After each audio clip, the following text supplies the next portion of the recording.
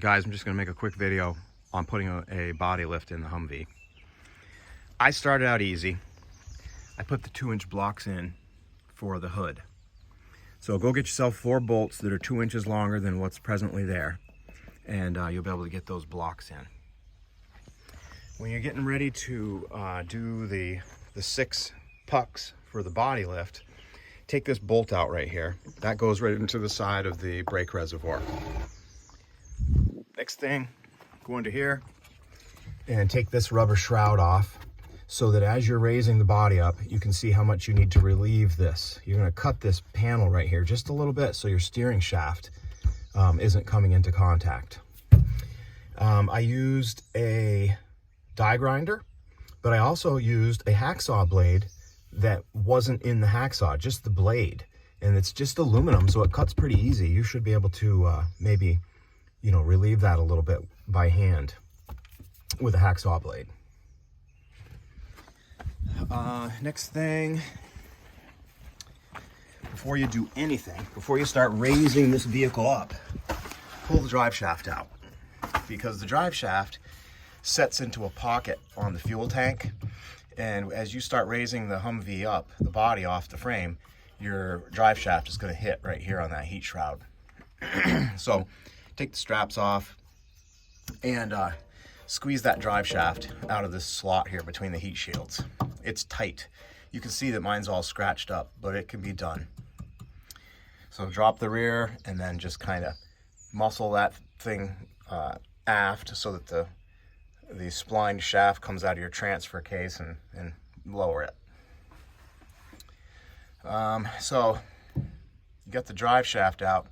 You could then drop the fuel tank. You don't have to do that yet, but it is something that you're going to do. So let's talk about it while we're here. Before you do anything with the tank, take a look at the space in your straps.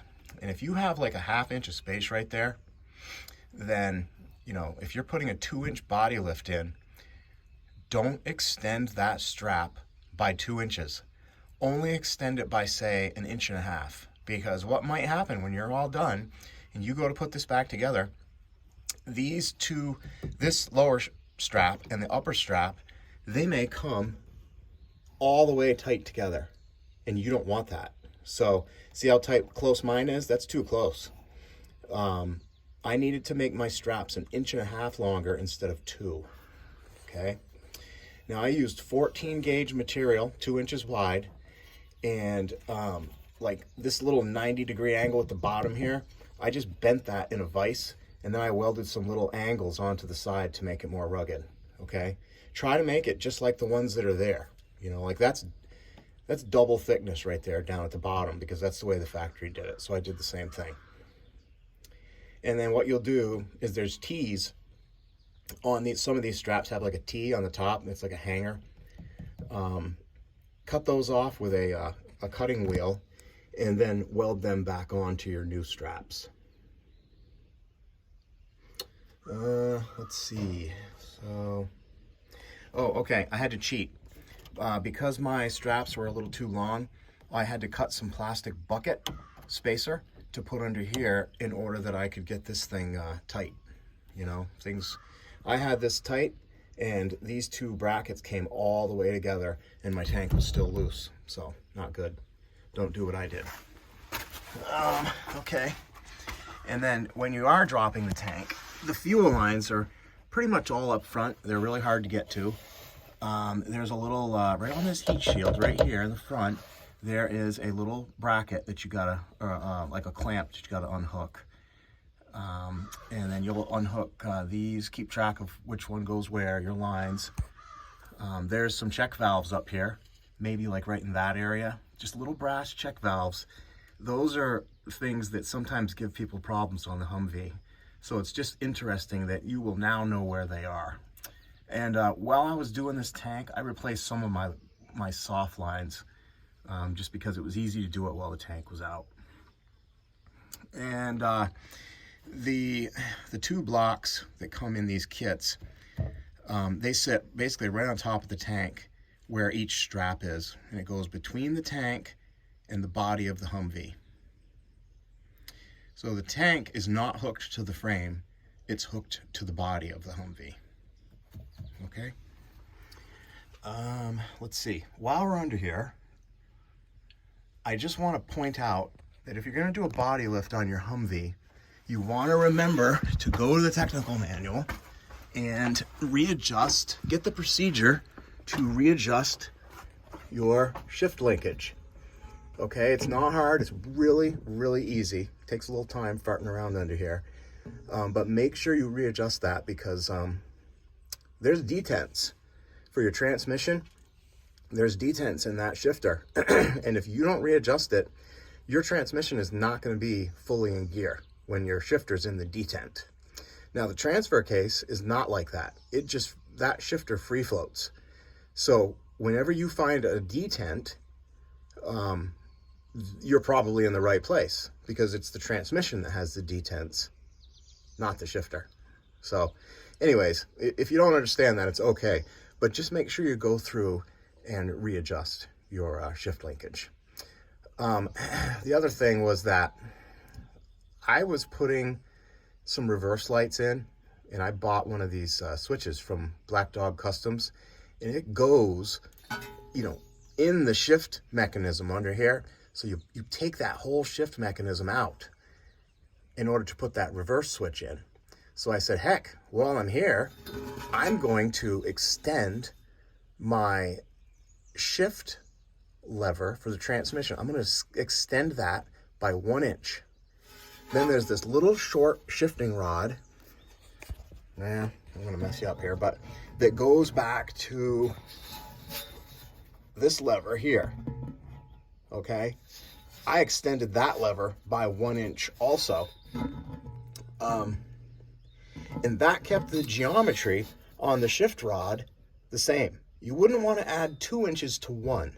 Don't do that because that changes the geometry in your shift linkage. But if you add 1 inch to one end of the shift, the shift rod, and then add an inch to the lever that hooks to the other end of the shift rod, you can see it's a little bit shiny right there. That's the new piece of metal that I welded in.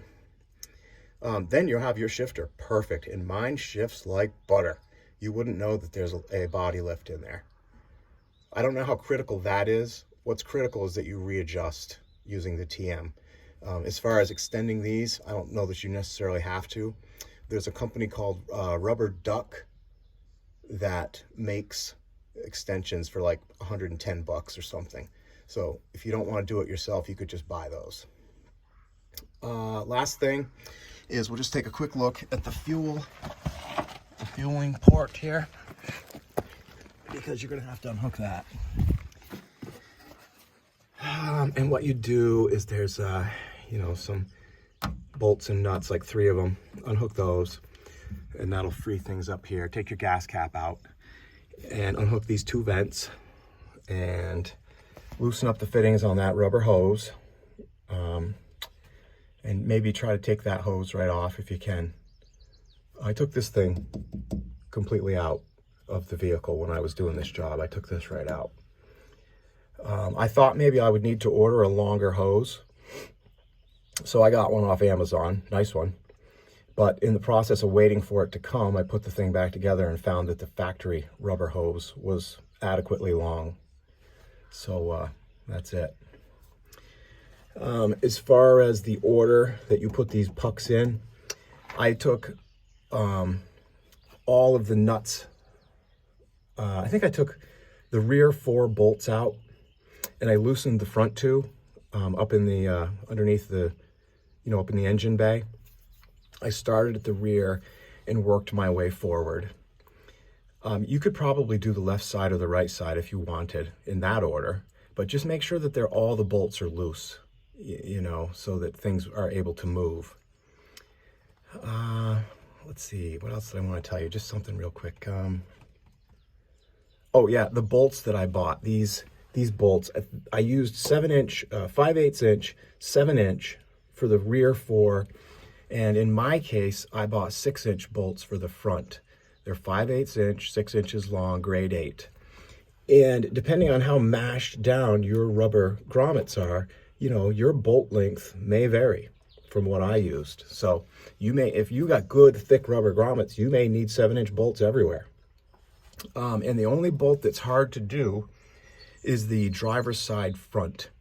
But, you know, you'll get it. You'll figure out how to get in there and get wrenches on it, and you'll get the job done.